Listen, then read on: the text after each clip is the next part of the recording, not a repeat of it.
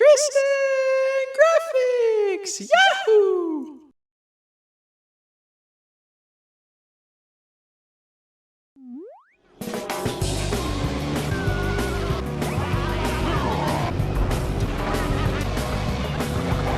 Have you ever played Mario Kart Double Dash and thought to yourself, man, this game just feels so different from the rest of the series. It feels so polished and alive and colorful. Well, I have, and I took the time to do some research and dig through every single course to find the exact reason why. And what I found was this game is unique in the sense that almost everything in the environment and the courses on this map have some sort of life or sentience to them.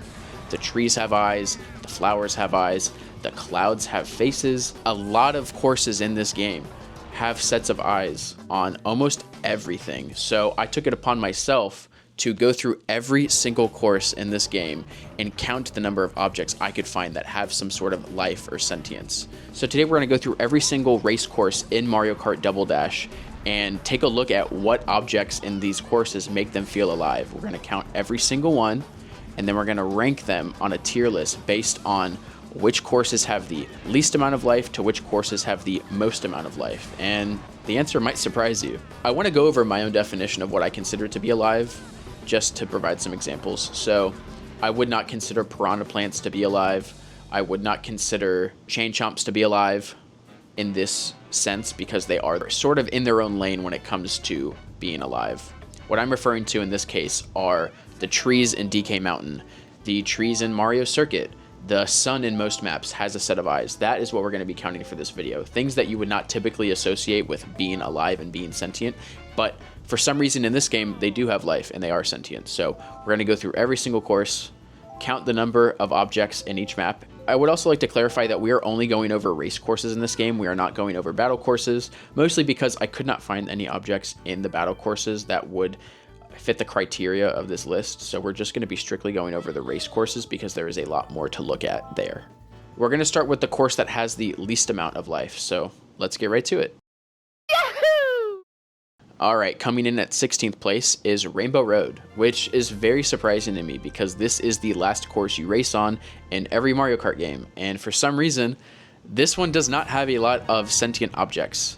The only two sentient objects I could find in this entire map are the two clouds that hold the start and finish line under the map. So you wouldn't even get to see these if you were racing on the map normally. But if you no-clip out of the map and look below the starting line, you can find these two clouds that have eyes, and they are holding up the finish line.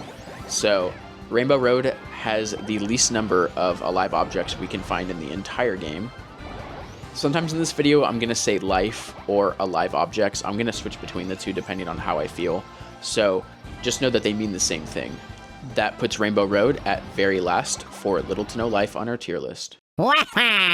Number 15, Waluigi Stadium, which is funny because this map actually is the entire reason why I wanted to make this video. This map has a unique sentient object that I would like to talk about, and it is the signs that have eyes on them, these big eyes, and they move left to right throughout the entire game, and they all move at the same time. So it kind of makes you wonder, like, is it a hive mind situation? Are they doing this independently?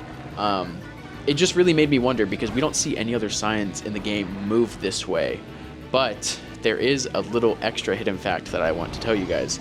There actually is one more object that has life in this map, and you would never be able to see it if you were racing on it normally.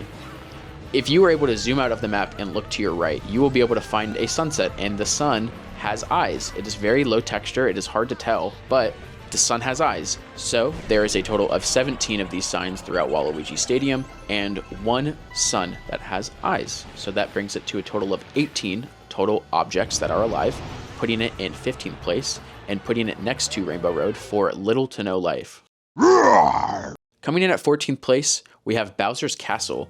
Bowser's Castle is mostly an indoor map, so I'm not very surprised that it has a pretty small amount of alive items. The skybox for this map is actually especially unique because it pays homage to Mario Kart Super Circuit's Broken Pier map with similar faces in the background on these like mountains or these hills. So I did go through, I counted every single one of these. We have a total number of 32 mountains in the back that have faces. Bowser's Castle features these signs that have these angry eyes. They look so frustrated, and you don't see that in any other map.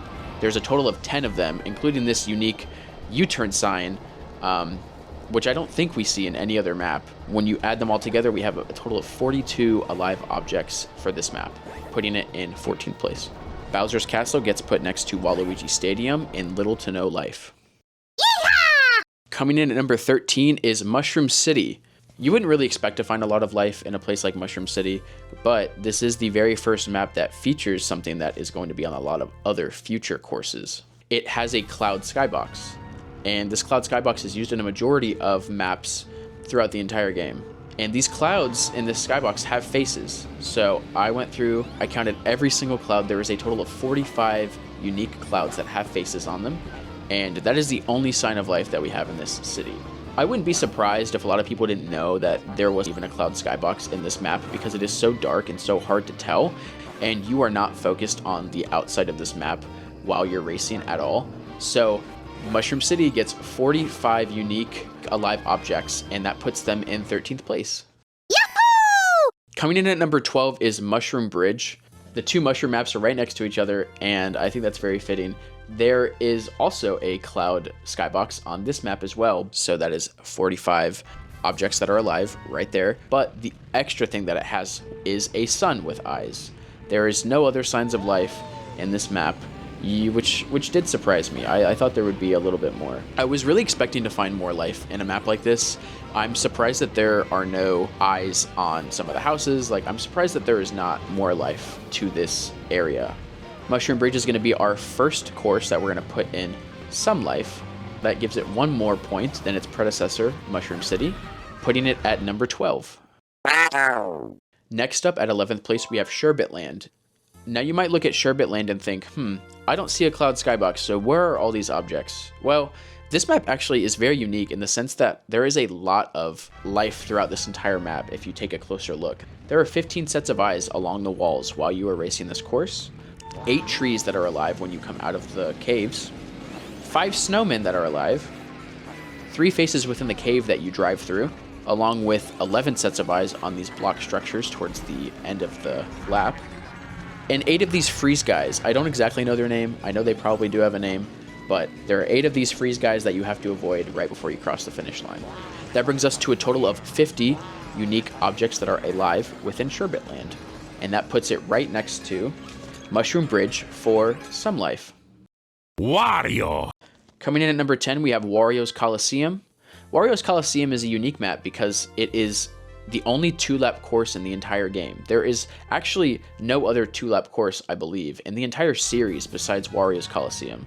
You probably wouldn't be able to tell when you're racing through it normally, but there is a cloud skybox in this map. It is still, very dark outside, so it's hard to see. But there are 45 clouds automatically for this map, along with the signs. There are 20 signs with eyes that guide you throughout this entire map, which you'll need it because it is a kind of confusing map. That puts us at a total of 65 alive objects for this course, and that puts it right next to Sherbet Land for some life. Coming in at number 9 is Baby Park, which was a little bit surprising. I thought because this map was small, it wouldn't really have a lot of things that were alive within it, but when you realize this map is small, they kind of have to make everything around it interesting, so that way it's not just a boring, short course, The hills along the outside of this map have eyes, and there's a total of 22 of them. So that goes towards the total. We also have a cloud skybox, so that gives it 45 unique objects. The sun in this course also has eyes, and if you look in the distance, you will see the volcano from DK Mountain is here too, and it also has eyes, so we're counting that towards the total. So that brings it to a total of 69 total unique alive objects, putting it in 9th place right next to Wario's Coliseum. This is a reminder, guys, to just like and subscribe. I love seeing your comments. I love seeing people interact with my content. Your support lets me know that I'm doing a good job. And yeah, thank you guys. All right, guys, we're halfway through the tier list. I just wanted to take a moment to talk about what the implications are of some of the items that are used within the Mario Kart franchise, more specifically within Double Dash, because Double Dash does have its own unique items. I wonder when any Mario character uses a mushroom. Are they eating the mushroom to go faster? Are they putting it in their cart? I believe it's stated that the characters put it in their cart, and that's what makes them go faster. They put it in the engine, or they put it through the exhaust. I don't really know. Hey guys, Editing Tristan here. I was doing a little bit of research to find out more about this mushroom dilemma that we find ourselves in. And I found this Reddit post by ufuow_official from the Mario Kart subreddit. And it says, so how does the mushroom actually work? With most Mario Kart items, we know how they work because they fit their purpose. The shells crash into people, the bananas slip people up, the bob-bombs blow people up, etc. Then there's the mushroom. It speeds you up. But how? Does the driver eat the mushroom and it makes them hit the accelerate pedal more? Do they shove it down the exhaust and it overclocks the engine somehow? Then how does the golden shroom work? Which is interesting. I found some interesting responses. Objective Middle 696 says, I'm not sure, but if I had to guess, it would be that the engine gets overclocked with energy, like with the mini turbos.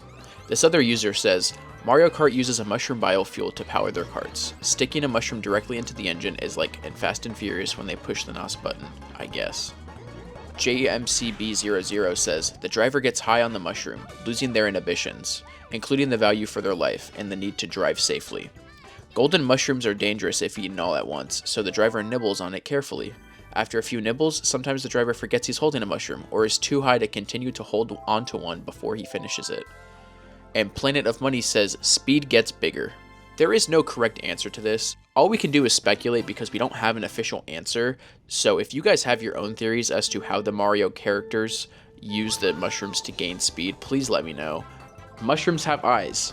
Even worse, if you have a triple mushroom, you're killing all three of them by the time you're done using this item.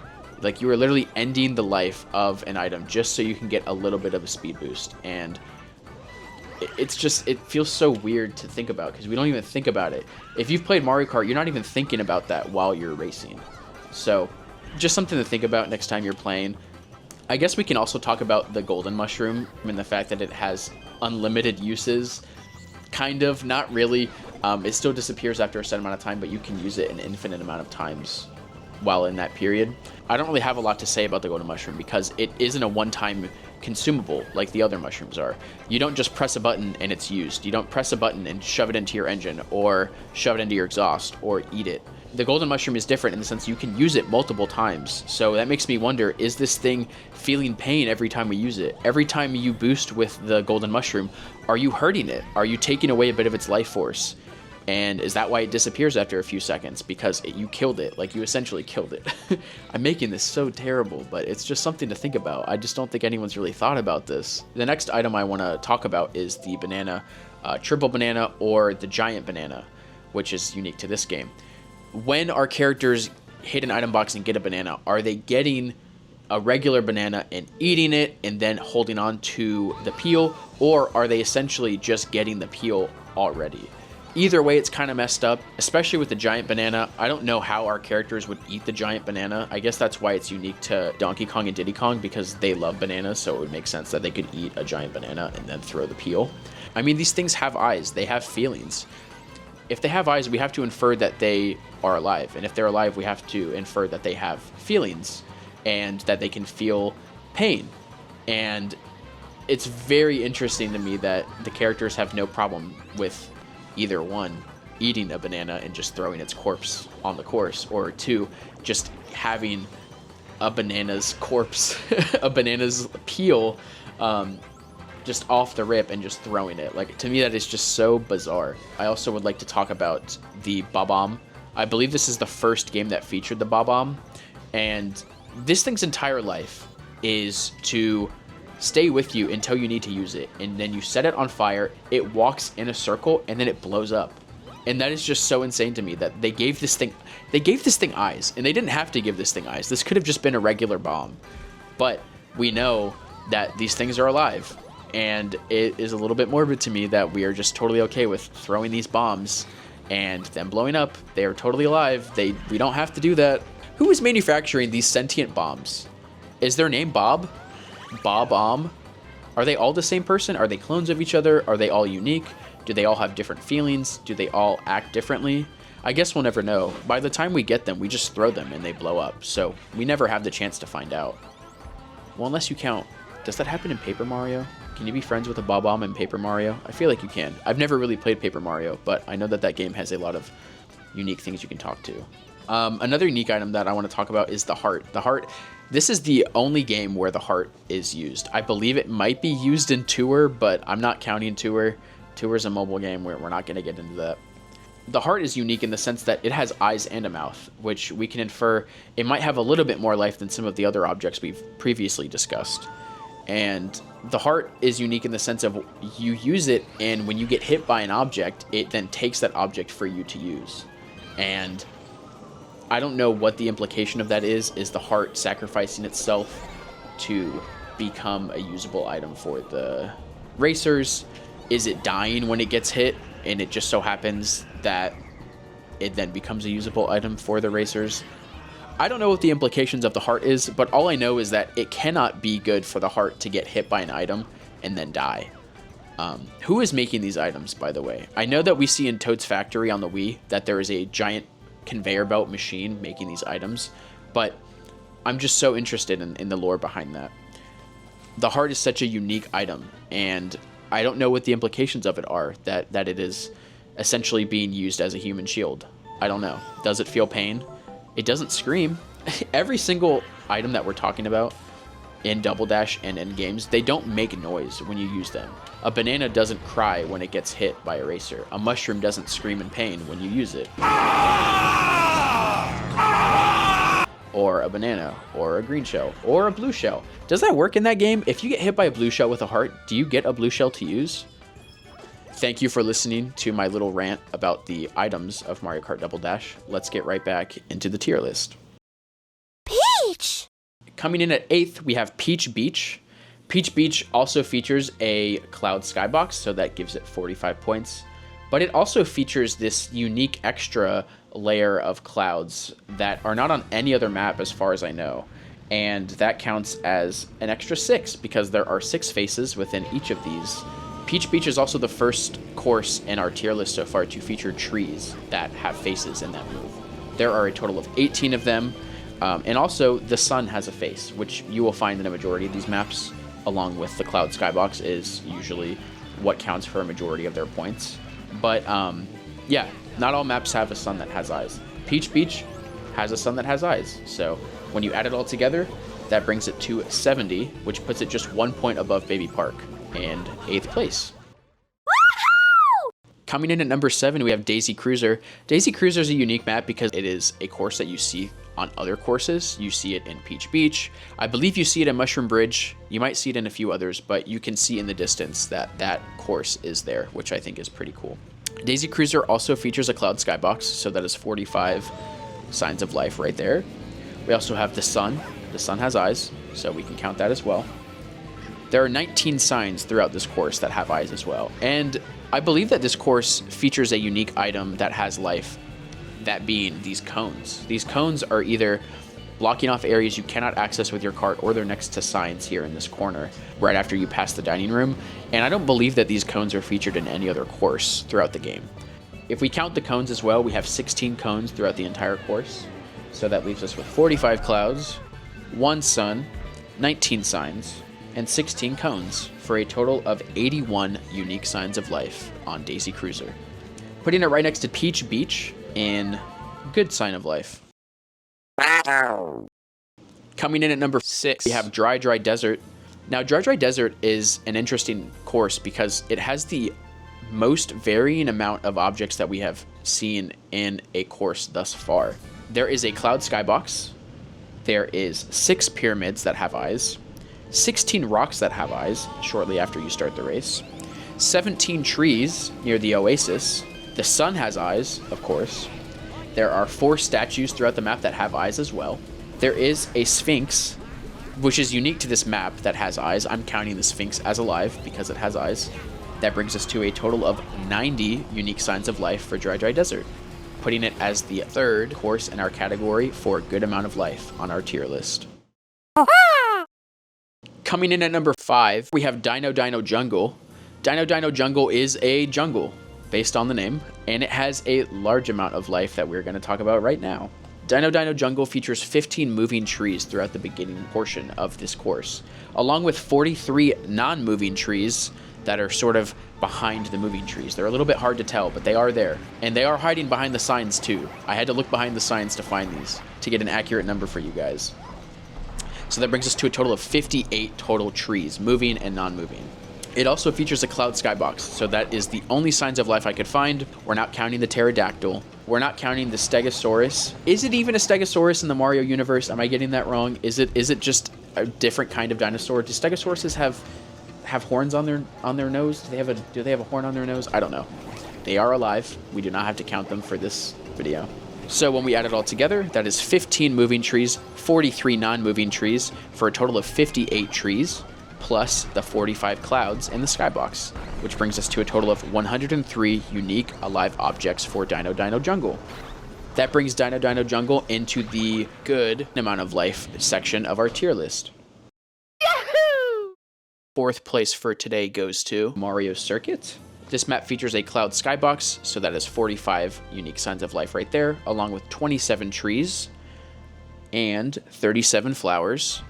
And lastly, the sun, which brings it to a total of 110 unique signs of life for Mario Circuit. We're not counting the piranha plants, and we're not counting the chain chomp, as discussed earlier. That puts it above Dino Dino Jungle, and it is the first course in our insane amount of life section of our tier list. Coming in third, we have DK Mountain. DK Mountain is a very unique map because you cannot miss the fact that there are certain things that are alive in this map. When you get launched out of that cannon, you are literally being launched onto an angry volcano that has a face. And I feel like that is where most people thought, this game's different, this game's unique. And you see the other volcanoes around too. There's a total of 6 of them. And I don't know what these smoke rings are that they're blowing to the grumpy volcano. Maybe they're trying to calm him down. He's very angry. We don't know why he's angry, but he's very angry. I personally always thought that the volcanoes that were sending him smoke signals, or the little smoke rings, I thought they were like talking crap about him, and I always thought that's why he was angry. This course also features a lot of trees that have eyes, and flowers. The flowers have eyes too. It's a little bit hard to tell because of how small they are, but the trees and flowers both have eyes. This map also features a cloud skybox, so that is 45 unique signs of life right there. And the sun has eyes, so pretty much everything in this map has some sort of sign of life. There are 5 volcanoes total on this map, 49 trees towards the start, 12 flowers, 45 clouds, and 1 sun. So that brings it to a total of 112 unique signs of life in this course alone. Yahoo! Our silver medalist for today goes to Yoshi Circuit.